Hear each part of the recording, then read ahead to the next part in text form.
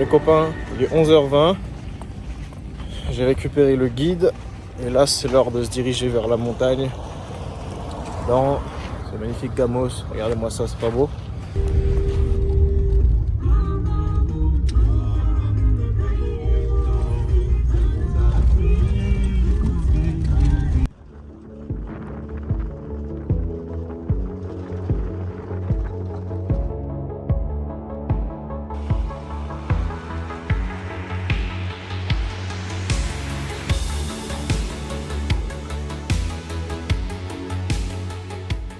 On est arrivé, la voiture est partie, nos affaires sont là, donc là il y a les miennes et celles du guide.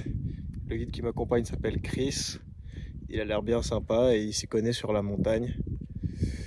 Et voici la montagne en question qui paraît beaucoup plus grande une fois qu'on est arrivé en bas. Donc c'est un sommet granitique de 2570 mètres à peu près. Ce qu'on voit là-haut, c'est pas le sommet, c'est un des premiers sommets qu'on va devoir atteindre pour ensuite pouvoir voir le sommet qui sera encore plus loin. On en a pour 2 jours. Souhaitez-moi bonne chance et bon courage. Et on se retrouve sur le chemin. Allez, à tout.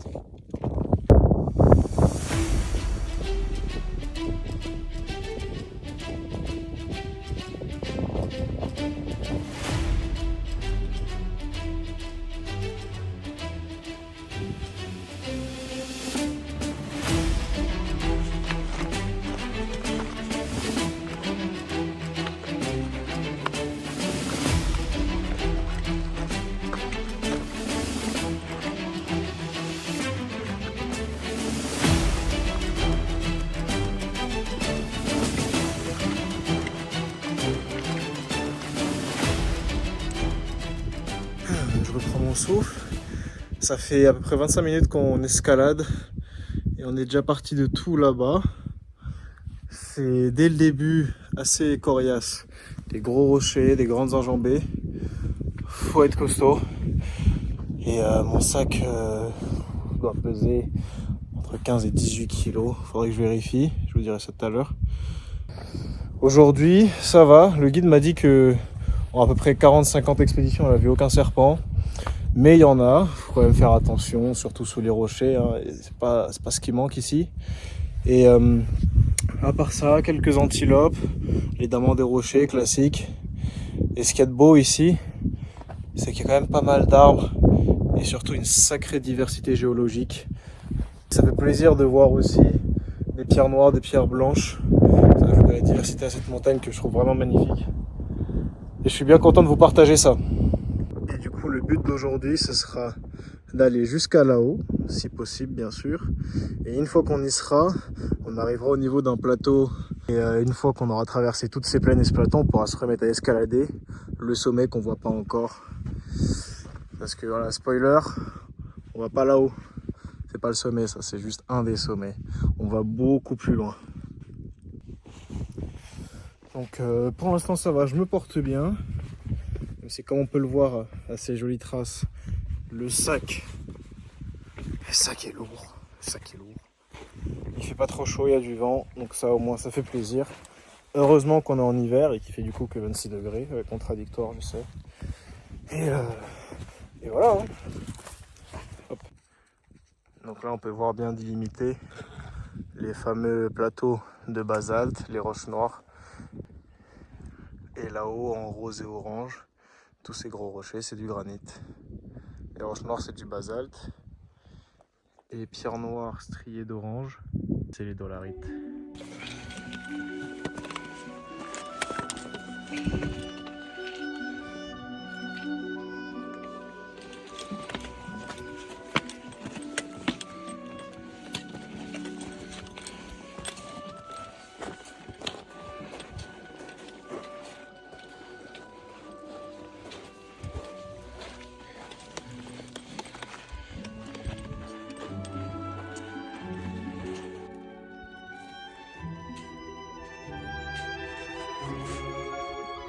Donc dans cette montagne, on peut tomber sur ce genre de pierres qui ont de fortes teneurs en métal. Regardez quand je la tape. Vous Vous entendez le bruit métallique. Et du coup, les anciens des anciens, il y a très longtemps, à l'époque préhistorique, venaient ici récupérer quelques-unes de ces pierres et forger leur première flèche à partir du métal qu'il y avait dedans. Bon savoir. Et avant d'aller chasser, ils n'oubliaient pas de les empoisonner avec les cactus qu'on a vus précédemment, les différents types de forbes. Voilà. Sinon, à part ça, on en est là après à peine 40 minutes de marche. C'est bien rapide. Et je sens bien mes jambes. Regardez, cette pierre-là, c'est encore plus parlant. Elle a clairement une forme de métal qui sort du four. Hein. Et écoutez ça. Si j'avais que ça à faire, je fabriquerais un couteau avec. Il n'y a pas que ça à faire. Donc là, après 1 heure de marche, j'ai fait tout ça. On vient de ce point là-bas, là.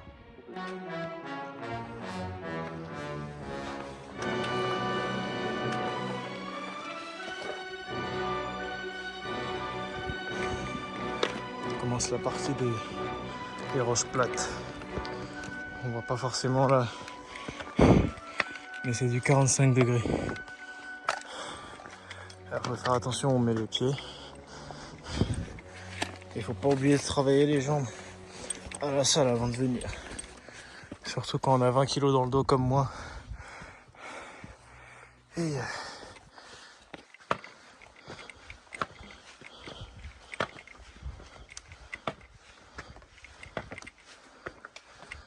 on est à 2 heures d'ascension tout pile. On a déjà escaladé à peu près 700 ou 800 mètres. Ce que je trouve énorme, mais apparemment on a un rythme normal. Et au niveau de ce rocher, regardez. Des peintures rupestres. Le guide me dit que celles-ci, elles ont à peu près 5000 ans. Et on a de la chance parce que on les voit beaucoup mieux qu'au Spitzkoppe. Regardez ça. Donc pour les faire, on utilise un mélange de sang d'animaux, d'œufs d'autruche. Et on appelle ça de l'okra. C'est ce que les Imbas mettent sur la peau pour avoir ce teint si rouge. Et là, on a ici représenté une scène de chasse. On voit différents animaux. Donc celui-là, on le voit pas très bien, mais c'est un zèbre. C'est en général ceux qui vieillissent le moins bien. Là, on voit des enfants. Pas si bien que ça, mais on les voit un peu. Et celle-là, c'est la plus impressionnante. Donc en l'occurrence, ça chasse le kudu. Springbok ou kudu? Yeah, Springbok, yeah. On chasse le springbok. Springbok femelle, elle n'a pas de cornes. Le gnou, le phacochère, le zèbre. Et ici, elles ont un peu plus mal vieilli, mais on les voit quand même mieux qu'au Spitzkoppe. C'est des girafes avec leur long cou.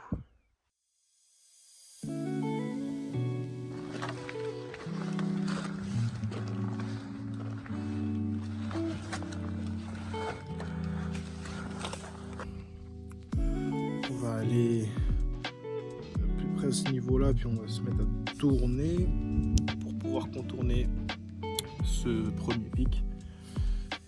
Et regardez où on en est, si c'est pas beau.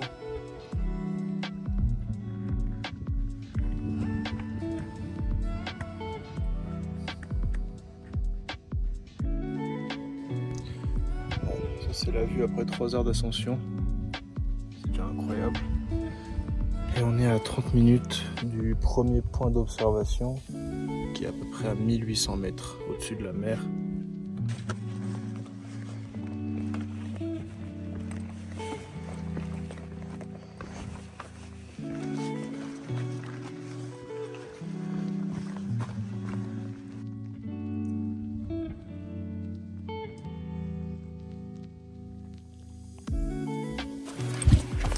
C'est vraiment assez dur comme escalade. On s'approche du premier point de vue qui est à 1800 mètres. Là j'en suis là.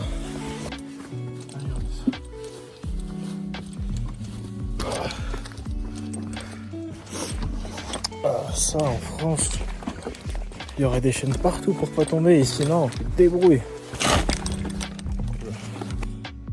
Ah, ça fait plaisir. Ça fait 3h50 qu'on marche. Plutôt qu'on grimpe, hein. Énormément, regardez ces cailloux.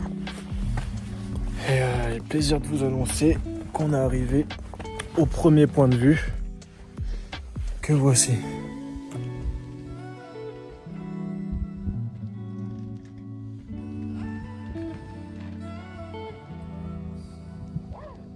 C'est beau.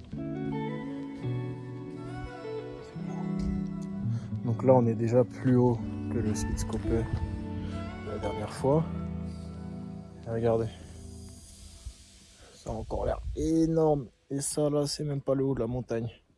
Et en 3 jours de marche, je suis venu de là-bas. Plus précisément, là-haut. Ah oui, j'ai oublié de préciser, croyez-le ou non, mais il fait super froid. Ah, on a fini de grimper pour aujourd'hui. On peut partir maintenant, c'est terrain plat. Donc là, on va encore marcher 30 minutes dans un décor qui ressemble à ça. Et après, on pourra installer nos tentes.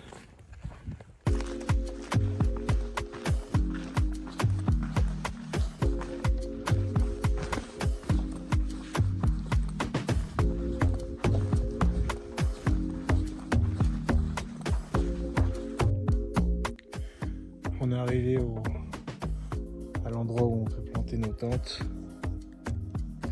Et bah, du coup, c'est là, cette espèce de petit coin de paradis. J'en ai vu des beaux endroits, mais alors celui-là, je suis vraiment essoufflé. Comment c'est magnifique. L'herbe sèche au milieu. C'est comme si c'était fait pour, quoi. C'est incroyable.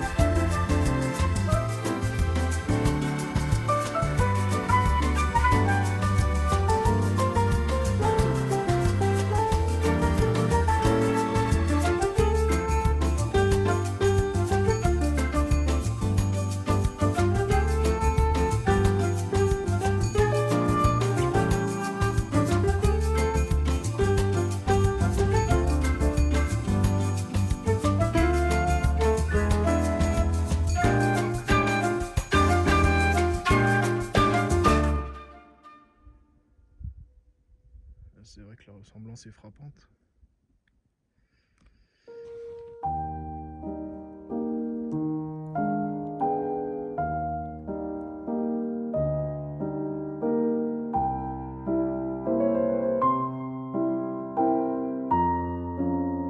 Je vous fais un petit débrief avant de me coucher. J'ai monté la tente qui est juste derrière moi comme vous pouvez le voir, sauf que le guide a pas de tente et il dort à la belle étoile. Et ça m'a donné envie de faire pareil. Du coup je suis là, posé devant, à regarder les étoiles et c'est magnifique.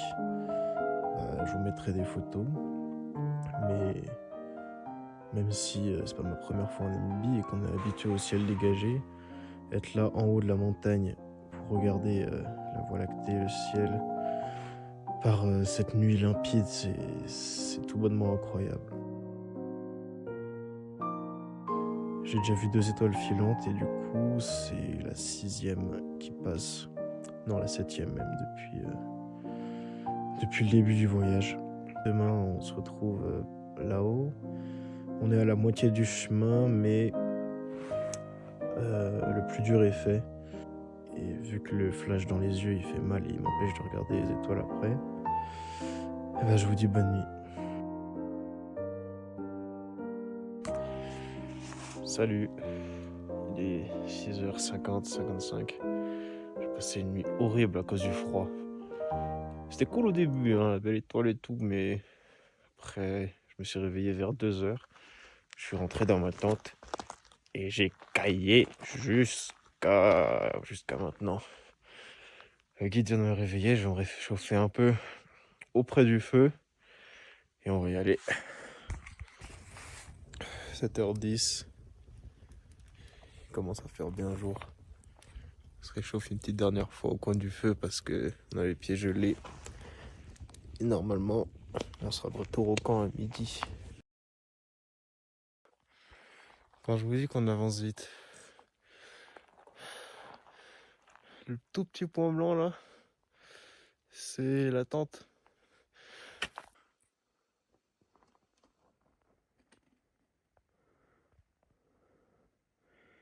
La tente elle fait de camp. Regardez par où on va passer. Excellent. Wow.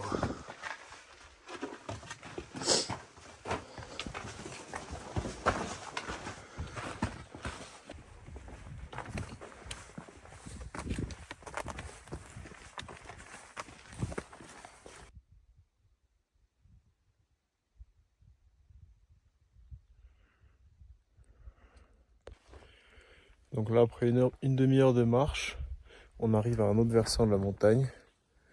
Donc on vient de redescendre ça là. Et ce qu'on voit là-bas, non, c'est pas le sommet. Le sommet, apparemment, on le verra à la toute fin. Ça veut dire lorsqu'on sera à 100 mètres, quoi. Bon, on avance. On continue sur une des faces qui n'est vraiment pas de mine, mais c'est une des plus dures. C'est roche lisse. Et voilà. Donc pourquoi c'est dur? C'est parce que c'est une pente à 40-45 degrés. Ça dépend. Vous voyez là-bas, c'est la cave au serpent. Là, on va pas s'arrêter pour l'instant, mais en redescendant, on reviendra. Et vous verrez, il y a pas mal de peintures rupestres.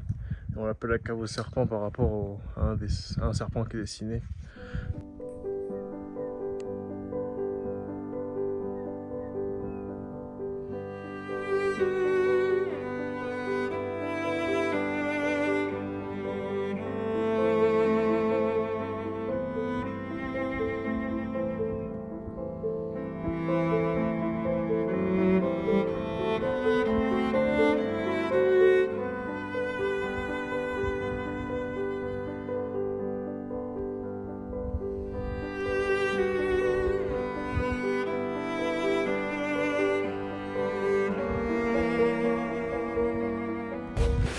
On arrive enfin sur cette magnifique plaine. Et ah oui, j'ai pas précisé qu'on était de l'autre côté de la montagne, du coup on était à l'ombre.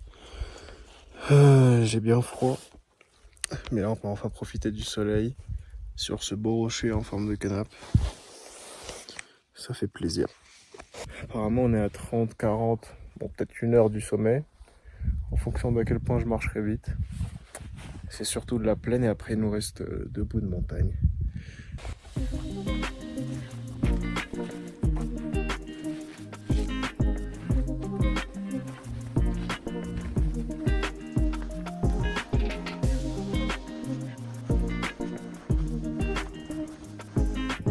On voit enfin le sommet.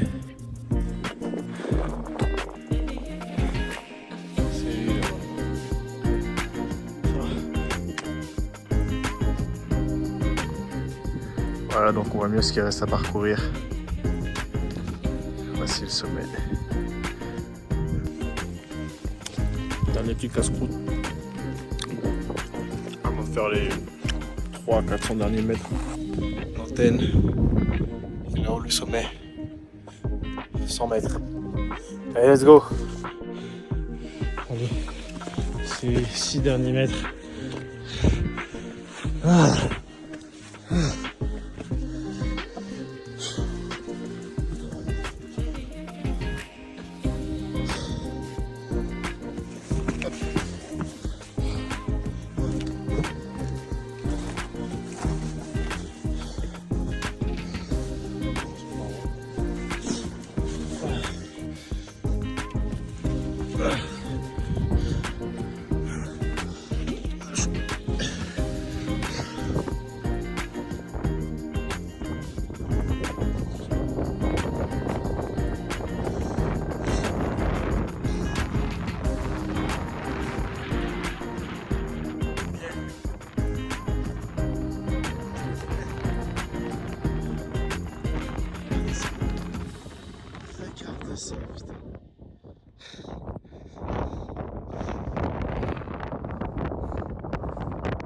là-bas, je vais marcher tout là-bas.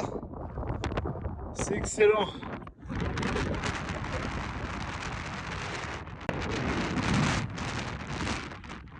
Le plus haut sommet de mon pays, c'est bon, je l'aurais fait.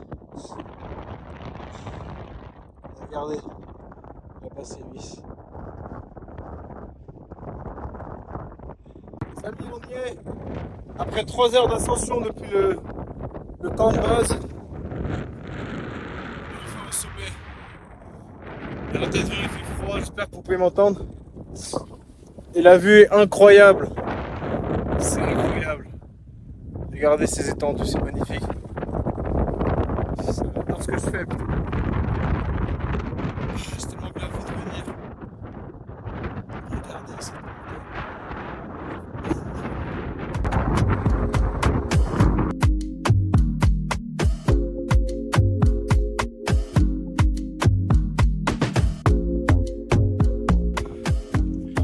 L'équipe c'était génial.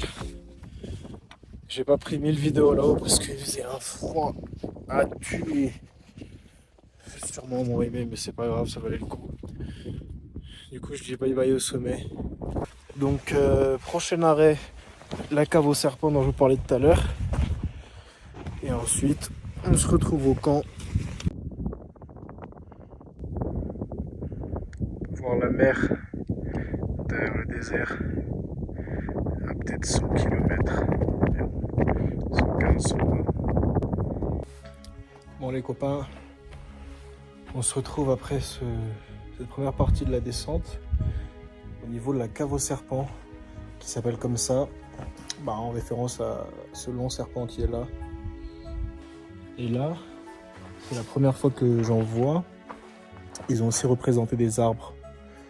On peut voir ici des scènes de la vie courante avec du monde à côté, en petit. Regardez. Ce qu'il y a d'impressionnant, c'est qu'on a l'impression que toute cette grotte tient juste sur ce rocher. Surtout pas le toucher.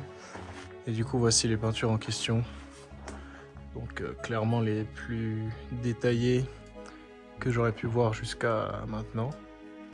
Je suis content de les voir à la fin, c'est magique. Regardez, donc là par exemple on a un coup d'eau. Là, encadrillé, c'est une girafe. Des scènes de chasse. Des humains à tête d'animaux. Ça veut dire que, en gros, en période de chasse, ils pouvaient parfois se recouvrir des peaux d'anciennes bêtes tuées pour passer plus inaperçus dans les troupeaux. Regardez là, on voit un autre coup d'eau. On le reconnaît à ses cornes ondulées. À côté de ça, peut-être des élans ou d'autres antilopes. Eux, en noir et rouge, c'est clairement des élans du Cap. C'est les plus grosses antilopes d'Afrique, il me semble, du monde. On peut voir aussi assez nettement les zèbres. En noir et blanc, c'est quand même vachement détaillé pour un dessin qui a été fait il y a 5000 ans. Et les hippopotames, rhinocéros, du monde qui se balade. Des scènes de la vie de tous les jours de l'époque, en somme. C'est assez impressionnant.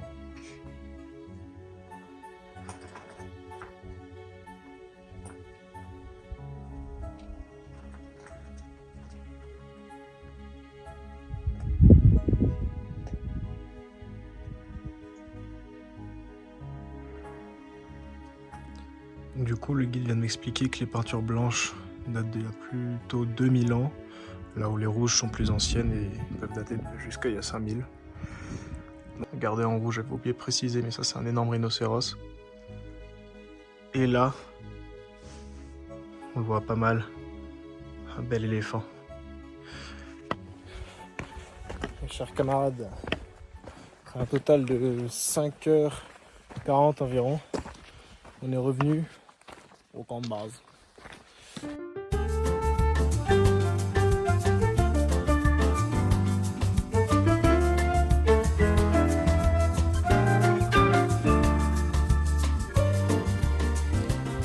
On va démonter la tente, on éteint le feu et on quitte ce bel endroit qui va me manquer. Je reviendrai sûrement un jour.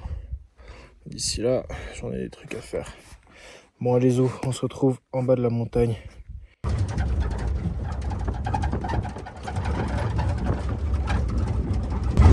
Les amis, sur ce magnifique plan de la montagne, j'ai retrouvé le deuxième guide, je suis dans le 4x4 pour rentrer à Uis. C'était un plaisir de partager ça avec vous. Il me reste 1% de batterie. J'espère que ça tiendra pour le dernier shoot vidéo. En tout cas, hâte de vous reproposer de nouvelles aventures. Moi de mon côté, j'ai kiffé comme jamais. C'était incroyable.